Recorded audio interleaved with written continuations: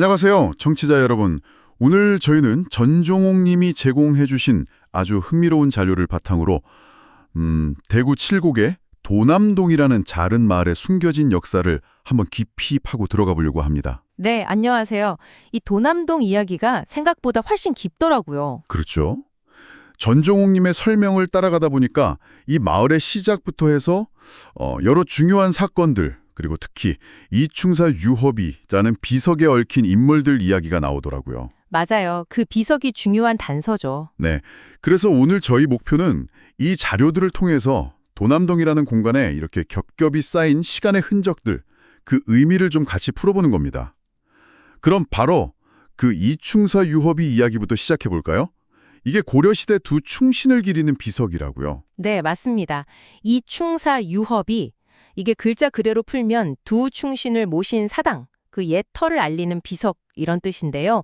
그 고려 태조 왕건을 도와서 후삼국 통일에 아주 결정적인 공을 세우신 분들이죠. 전이갑 형제 장군의 충절을 기리는 비석입니다. 아, 전이갑 형제요? 네, 이 두 분이 바로 여기 도남동 근처 팔공산 동수전투에서 후백제 견원군대랑 싸우다가 함께 돌아가셨거든요. 그래서 이충공, 두 분의 충신이다 이렇게 불리는 거죠. 와, 1000년도 더 된 영웅 이야기가 이 마을이랑 직접 연결되는군요. 대단하네요.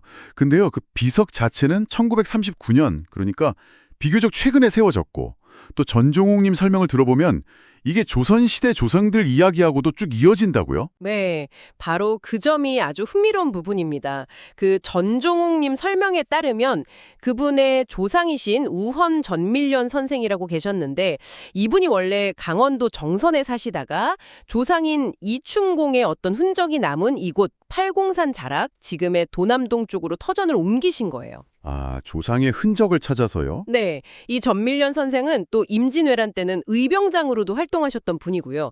그러니까 조상의 역사가 깃든 곳으로 오신 거죠. 이야, 정말 의미 있는 이주였겠네요. 그분하고 아드님 되시는 거공 전사원 선생, 이 두 분이 사당을 세우셨다고요? 호가 붙는 걸 보면 이분들도 당시에 좀 알려진 분들이셨나 봐요. 그렇습니다. 이제 전밀련 선생과 아들 전사원 선생이 그 고려시대 두 영웅을 기리려고 이충사라는 사당을 지으신 건데요. 여기서 정말 주목해야 할 게 이 사당을 지을 때 당대 영남 유학에 뭐랄까 거두셨던 한강 정구 선생에게 직접 자문을 구했다는 점. 아, 한강 정구 선생이요? 네. 그리고 또 다른 대학자시죠. 여헌 장영광 선생이 직접 그 사당에 현판 글씨를 써주셨다는 거예요. 와, 그럼 단순히 가문의 조상을 기리는 걸 넘어서서 당대 최고의 지성들과 교류하면서 그 의미를 공인받은 셈이네요. 그렇죠. 영남유학의 중심인물들과 연결되어 있었다는 걸 보여주는 아주 중요한 대목입니다. 한 가문의 이야기가 임진왜란 같은 국가적인 사건, 또 당대 최고의 학자들하고 이렇게 연결되는 게 참 놀랍네요. 그 사당은 그럼 어떻게 됐나요? 아, 그게 좀 안타까운데요.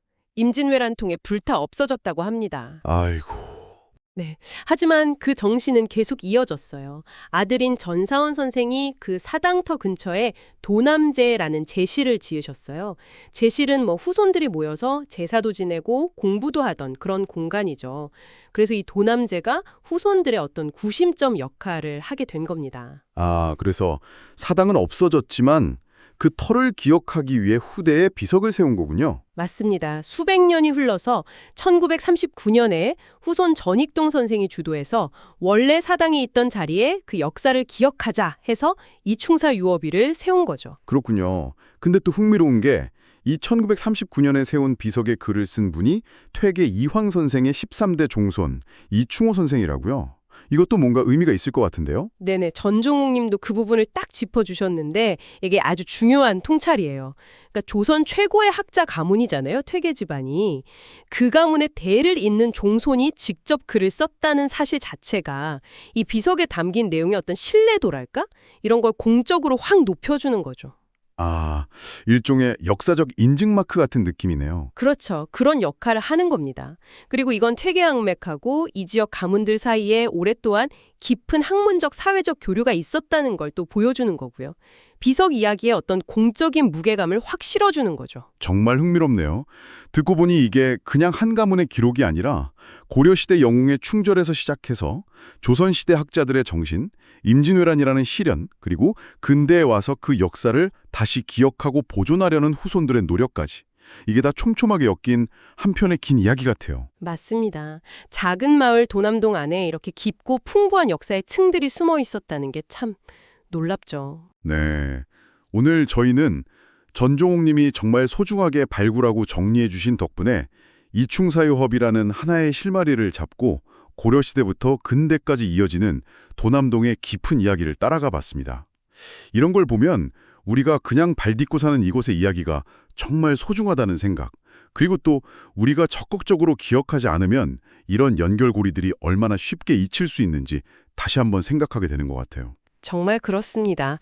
어쩌면 우리가 그냥 무심코 지나치는 동네 어귀의 어떤 낡은 비석 하나에도 오늘 우리가 나눈 이야기처럼 아주 깊은 사연, 그리고 더 넓은 역사하고의 연결고리가 숨어 있을지 몰라요. 청취자 여러분의 삶의 터전이나 혹은 가문에는 또 어떤 이야기가 잠들어 있을까요? 한 번쯤 우리 주변을 이렇게 둘러보면서 그 숨겨진 맥락을 찾아보는 건 어떨까? 그런 생각을 해보게 되네요.